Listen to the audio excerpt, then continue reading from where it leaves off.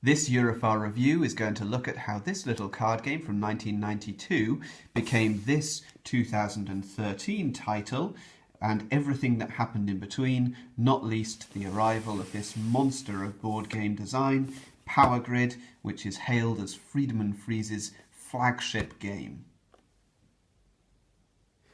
Friedemann Friese is a prolific game designer. He's created many games over 20-25 years, something like that, with quirky themes generally, a fair amount of randomness in the games, but controlled randomness. He loves the colour green. That comes into all sorts of different games as well as being his head colour, and many of his games, at least in the German editions, start with the letter F.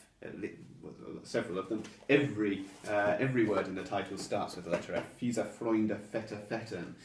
So he has a real personality in the board game industry, where sometimes the designers can just be a name on a box. Friedemann Friese, his character and personality comes through into the games. The mechanisms that he's known for, well, he hails stack management as one of his big interests, which I suppose it's a similar concept to deck building, perhaps a precursor to deck building, and we'll talk a little bit about stack management and how that features in several of his games. He likes race mechanics. He's not a big fan of victory points, although they do feature in his games, but he prefers a race to a finish. So a player always knows that the game can end if another player can achieve a certain goal, and then we look at where we are, rather than having a set number of turns or phases in a game like many other designers would do. He regularly works with the same artists, with the same contributors, and so the games have a similar look, a similar aesthetic appeal, and that can bring a player from one game to another, and they can feel comfortable and familiar as a result. They really do feel like a family of games. In 1992, Friedemann Friese came onto the scene with the game Landlord, so let's have a look at how this one plays. Landlord is a light-hearted economic card game with lots of take-that elements and a humorous theme. The basic idea of the game is that you have a hand of cards, so you'll have a hand of cards like this, but they're dual use. You can either use them as an action or as a tenant, so play them this way around, or you can play the back of them to build buildings, like we can see here, and then the other cards, the tenants, like this, can be placed into your buildings and they'll pay you rent. And that's the basis of the game. However, there's different types of tenants and they'll pay different amounts. Here we have a student. Students like to live with other students and they'll pay more if they do.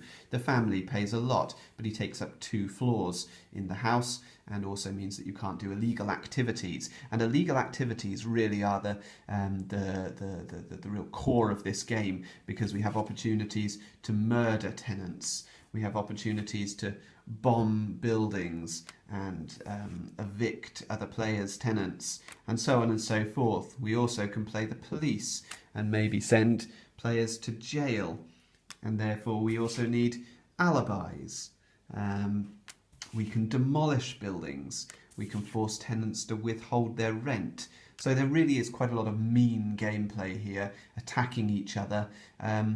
As the game goes on, the action cards are discarded from the game, while the tenants tend to be taken back into the deck. So the game gets friendlier as it goes on, but by now the snowball effect has really taken hold, and the rich are getting richer, and so the game sort of runs away with you to a finish when you finish up the deck, and then we count up how much money we have at the end of the game. It's a good game, it's an entertaining game. It's been republished in a later version, which we'll come on to some 21 years later, with a few improvements. The artwork on this version is fantastic, although it's black and white. It's very amusing. It's always nice to play these anarchist squatters, which mean that no one in a building will pay any rent, or play a musician tenant, which means that if I play this on someone's house, then everyone else is going to move out because they don't like the noise. So this artwork is fantastic. But then the artwork in the new edition is fantastic too. So there's a bit of a choice to be made there. So that's Landlord. That's where it all started for Friedemann Friese. His first design, his first published design, published by Rio Grande Games in this edition. and it's a nice little card game. I'm not going to attempt to cover every game that Friedemann Friese has created because there are so many of them, and so many of them are out of print, and I've been unable to play them. I don't know very much about them. But one great thing about the man is that he brings back a lot of his old games. He has a lot of love for his old games, and they seem to come back in new editions. Like, for example, we talked about Landlord, that coming back 21 years later. Well, 1998, there was a game called Friesematenten, which is a play on the German word Fische, which means mean or nasty, I think. It's a fairly sort of nasty, mean economic game again, attacking the other players, but with a central auction in it. Now, it was originally conceived as a collectible card game back in 1998. This edition came much, much later. In 2010, and along with an expansion, so you have all the cards that you can possibly need. Power Grid was a reworking of a previous game, Funkenschlag, which came out in 2001, and so these things seem to come back. In 2002, Friedemann Friese created a game called Unexpected Treasures. Now, that then came back in 2012 at Essen in a new edition, and it's a nice little game. 2002, Friedemann Friese created a game called Fische, Fluppen, Frikadellen, and this was probably his first big success, his real big success. Fische, Fluppen, Frikadellen is a game where players visit different markets and they collect goods and they trade them, but the real selling point to it is that you can play with up to 3 different sets of the game on 3 different tables, and players can move from one table to another where the conditions may be slightly different. A unique experience, I'm told. I wish I could get my hands on a copy, but it's not easy to get. There's still that hope that one day Friedemann Friese will bring back classic games like Fische, Fluppen, Frikadellen, and we'll see them again. And this brings us to Fearsome Floors. Fearsome Floors is a well, I don't really know how to describe this game. It's got a pre-programmed sort of movement of a monster, and then it's got these tokens where players are trying to escape the monster and escape this sort of mansion, I suppose. And it's got interesting movement mechanics in it. So a player on one turn, he'll be able to turn, for example, this guy can move 4 on this turn, so he can go 1, 2, 3, 4 spaces, but on his then he flips over, and on his next turn he's only going to be able to move 3. Everybody can move a total of 7 over 2 turns. So this guy, who can move 2 at the moment, on his next turn he's going to be able to move 5. There are blocks that can be pushed around. The monster, his movement is pre-programmed, as I say, by turning over these tiles, which tell you a different amount. So he's going to move 7 spaces. 1, 2, 3, 4, 5. He's now going to see this guy turn around, come towards him and eat him for 6. And then he'll carry on moving, but now he's pushing a block. So 7, and so on. So we're avoiding him, but we don't know how far the monster's going to be moving, and we're trying to escape out of this top corner up here. It's a lot of fun as a game. It's got this lovely artwork. You know, here we've got a whole set of the Addams Family characters. The blue characters are all these sort of Grease sort of biker dudes, you know, and then we've got a bunch of plucky kids with their dog. And there's other sets, you know, a bunch of sci-fi nerds we've got over here. We've got a bunch of clergy in one of the sets, and a bunch of detectives and policemen in another set. And in fact, this is in this game there's even a sort of Friedemann Friese cameo appearance. I haven't stuck this sticker onto the actual thing, but Friedemann Friese makes an appearance in the game, which you do find in later games happens quite a lot. So we have a bonus Friedemann, and you'll find in later games that Friedemann will pop up from time to time. So this is a fun game. It It plays with a lot of people, up to 7 people, but it does get a little bit random as you get more players. It's over quite quickly, and the amount of strategy is significantly reduced with more players. It also is prone to quite a lot of AP, so players can take quite a long time taking their turn. So if people are prone to doing that, then this is not a game to play with them. But if played with quick players, maybe 3 or 4 of them, it plays very fast and it's a lot of fun. And so we move from the monster of a game that is Fearsome Floors to another monster of a different type, and that's Power Grid.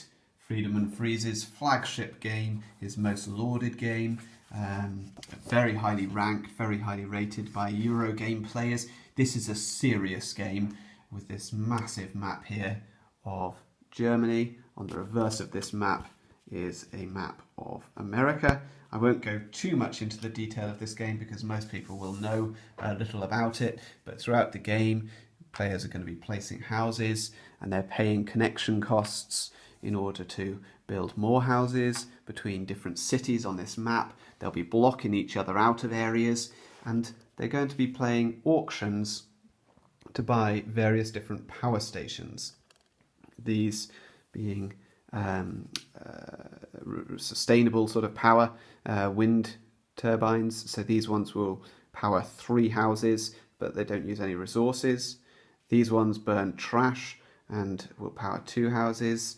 And then you have others that will burn coal or burn oil and power different amounts of houses. We've got this fantastic market system here, which again this is set up in a slightly false way just to show how it works. But at the moment, if I wanted to buy uranium, it's going to cost me 12. If I take that off, now for the next player it costs 14. But these are going to restock, so things are going to get cheaper throughout the game. So there's a supply and demand here. For example, at the moment, here we have coal is worth 7, but if I buy that, now coal is costing 8 for the next player. Similarly with the oil and with the garbage here. So this auction phase is kind of the heart of the game, where we're trying to buy the most efficient power plants to power our cities, and then there's a whole ton of different expansions for this game, different maps. So here's Brazil, Spain and Portugal, for example, has a whole nother board like this, and there's numerous of those maps. It seems like one comes out every year. I've also got here the robot expansion. Now I specifically mentioned the robot expansion because it kind of extends on what we've seen in Fearsome Floors. So we have a programmed system for 1 player. This makes the game much better with 2 players or 3 players, because you can build this little robot and it puts together a system whereby he will do certain things in each round. And we have a whole pile of different options, so we can get a completely random, you're very unlikely to get the same robot twice, but he'll play in a certain way, which gives you an extra opponent. This game really excels with 3 or 4 players because you can really get in each other's way. Probably more than 4 players actually, we can play up to 6. But with 2 or 3 players, or even actually you can play it solitaire with a couple of robots thrown in, and it turns into a competitive game again, even with the smaller player counts. This is a fantastic game, one of the best Euro games out there. There's very little to fault it. It's got that race element to it that I talked about at the beginning of this video, which Friedemann Friese likes. The first player to achieve a certain number of houses ends the game, and now we have to add up and see how much everyone's got. So it's not a set number of phases. There's always that tension of when is the game about to end? Is another player about to reach that target and end the game? Fantastic stuff. Quite an investment of time, quite mathy, but quite accessible. The theme all works very well and players seem to really get into it. So Power Grid is a fantastic game and worth every accolade that it's got. Now I haven't yet mentioned Maura Kaluski, and I really should, because Maura is the artist behind the artwork in many of these games. And again, in Fische Fetten, Maura gives it the characteristic 2F Spiel look, the Friedemann Friese look. Now this game is actually a co-authored game. Marcel André Casasola Merkel and Friedemann Friese created this one together. In the English speaking version it's called Funny Friends, but I prefer this German title, Fiese Freunde Fette Fetten, which means something like mean friends, great parties, which I think is a good title for a game.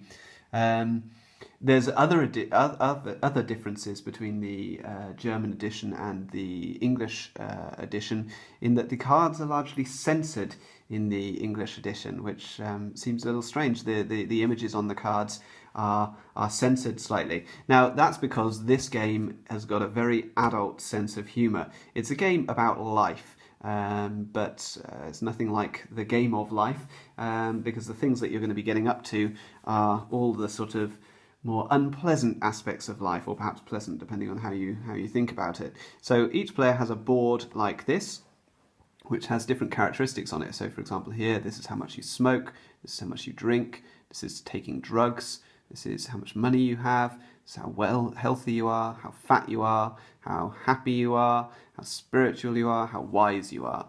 Okay, so throughout the game you might smoke more and more. If you smoke up to this point, then you're suddenly going to get very thin because you're smoking so much. You can drink more and more. If you get to this point, you've drunk so much you're no longer wise and you lose all your wisdom. Take drugs all the way up here until you've lost all your money, and so on. So they interact with each other in certain ways. There's also spaces here for you to put down the people that you're friends with, or the people that you're in a relationship with, or engaged to, or happy, or married, or happily married, or divorced, or separated. You know, you can have all these different interactions in the game. You can also have just have sex with other characters. So you might have an anonymous sex token which you place up here, or you might have a child and end up placing a token like this to say you've had a child with another player. The way the game works is all through playing towards goals. So these are mega goals, these cards. There'll only be one of these in the game, and for example here the mega goal is that to have sex with 6 different people. These have got pasted up on here because this is the German version, so I've pasted these up with translations. To grow up, you need 1 money, no drugs, 2 spirituality, you need to be unhappy and have 2 wisdom. You might have a goal to be totally wasted or to have loads of friends. Also throughout the game you're going to have these smaller goals, so job goals, to become a casting director by achieving all these different things, and that'll give you money, or to have an addiction, or to come out, or to sex, drugs and rock and roll, to be committed, to be an athlete, to have a heart attack. You know, some of these goals are fairly negative things, but we're working towards them. To have a family, to be a freak, so on and so forth, to lose faith. These are the sort of cards that are censored in the English version, the more sort of slightly touchy subjects, I suppose. But they're very funny, the artwork's fantastic, very amusing. At the beginning of the game we go through a round of puberty. So initially you're going to be trying to take these cards, and each person takes it in turn to take one of these events. So break into a cigarette machine, this gives you money and gets you smoking. Heavy petting gives you a relationship and lets you have sex. Deep conversations at break time, magic mushrooms, Peter grade, and so on. And so these form the first facet of your personality, just change these things around a little bit. And then we go on to the mainstay of the game, which is life. And the life events, there's many of them, and we auction them off. So condom breaks, you have a child, and so on. And all the time you're aiming towards those goals that I've showed you by having these different events occur. Now the way you get these events is by having an auction, and the currency in this game is time. So you're spending time in order to buy these, to increase your characteristics in various different ways and form various relationships, and then those will fulfill the goals, which are the deciding factor in winning the game. Again, it's a race game. It's a game of first person to a set number of goals wins the game, rather than going through a set number of phases. This is not a serious game, okay? There is a game in there, you know, and there is strategy and there are nice auctions and that sort of thing. But this game is all about the experience. It's about laughing at the silly situations you get yourself into, get your characters into, the silly things that you can do to the other players and the ways that you can prevent them from doing certain things, and the story that the game tells. It really does have a role play type feel to it. It plays with how many players is it? I can't remember. 6 players, so a nice big group. Plays quite quickly. It's fairly simple. Obviously, you need somebody who has the sense of humour to appreciate this type of game. But if you do, you can have a lot of laughs with it. It's not Power Grid. It's not deep strategy. But it is a very unusual game and one that I'm really, really glad to have in my collection because there is nothing else like it. It's as close to Sims, the board game, as you can get, but with a much darker, more cynical sort of twist to it. Fantastic game, full of personality. Probably has more personality in this game than any other game that I own. So yeah, I love Funny Friends or Fiese Freunde, Fette Fetten.